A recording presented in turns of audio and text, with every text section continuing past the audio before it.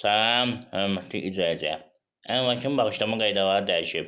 Eyni zamanda onu bildirin ki, mülkiyyət sahibi dəyişirsə, evdə yaşayan şəxslər evdən çıxarılmaq istəyirsə, mütləq qədər təzminat ödəməlidir. Müəyyən hallarda. Bu hansı hallarda bu barədə məlumat verəcəm və əmlakın bağışlama qaydalarına da bağlı məlumat verəcəm. Zəhmət olmasa videonu bəyənin, YouTube kanalına abunə olun, daha çox şəxsin bu barədə xəbər olsun.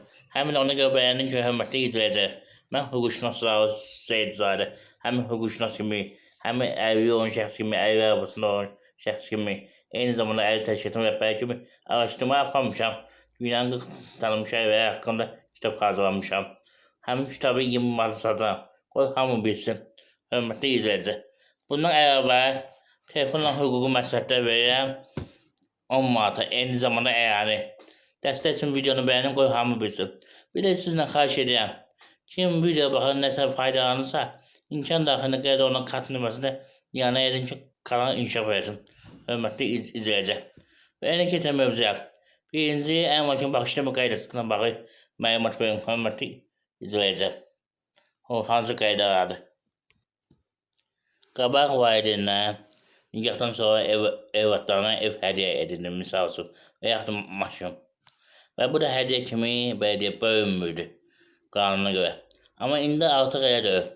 Əgər valideyn evladına bağışlayırsa, məsəl üçün deyəm, Əhmədə, Məmmədə bağışlayırsa, mütləq müqavilədə qeyd etməlidir ki, mən oğluma bağışlayan şəxsən ona bu söz yazılmalıdır.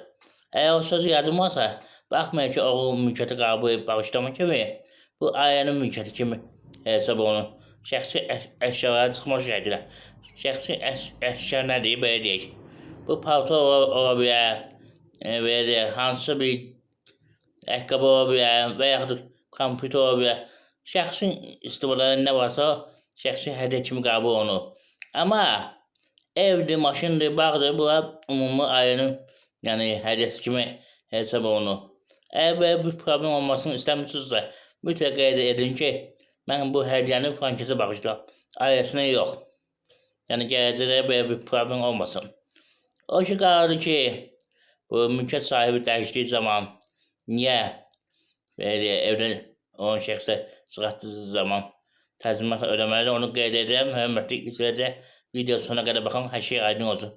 Düzdür, mən bir hissəsini şortda qoyuram, amma şortda olmur da. Keçin orada baxın. Şortda videonun adını yazıram, anons kimi.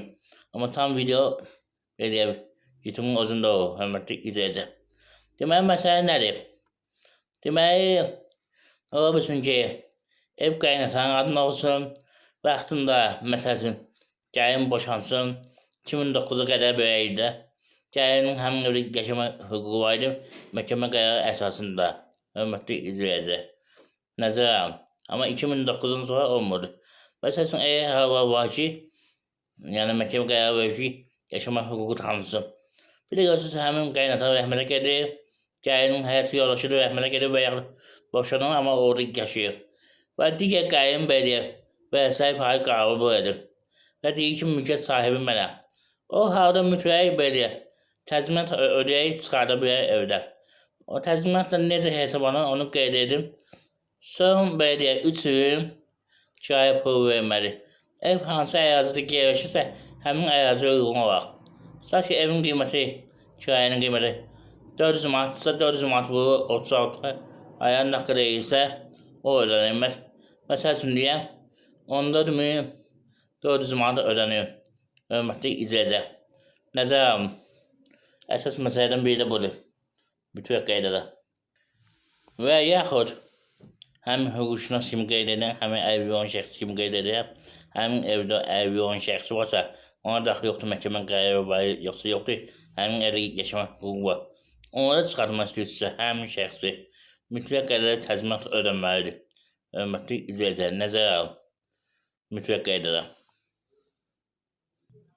Hörmətli izləyicilər, mənim 1700-dən artıq videom var. İstər vəsəyi ilə bağlı olsun, istər əmlakın bölgüsünə bağlı olsun, istər pensiya ilə bağlı olsun, istər sosial yardımla bağlı olsun, istər amillə bağlı olsun və digər məsələ ilə bağlı olsun və YouTube kanalını tanış ola bilirsiniz. Dediyim kimi, şortla birlikdədir.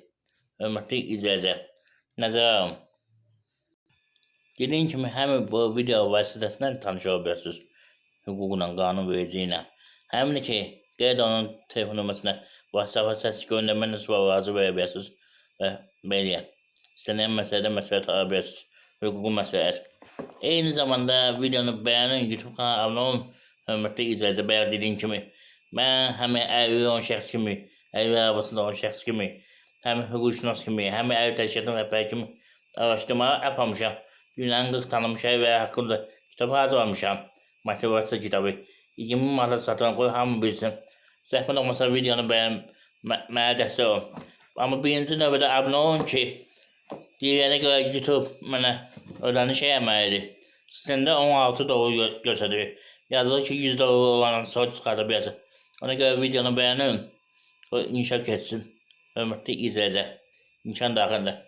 Aynı zamanda eğer kimse baktı faydalanırsa, nasıl bir şey öğrenirse, imkan dağında kayıt ona kart numarasına iade edin. Hürmetli izleyici. Dikkatinizi görün. Çok sağ olun. Abone olmayı unutmayın. Sağ olun. Sağ olun.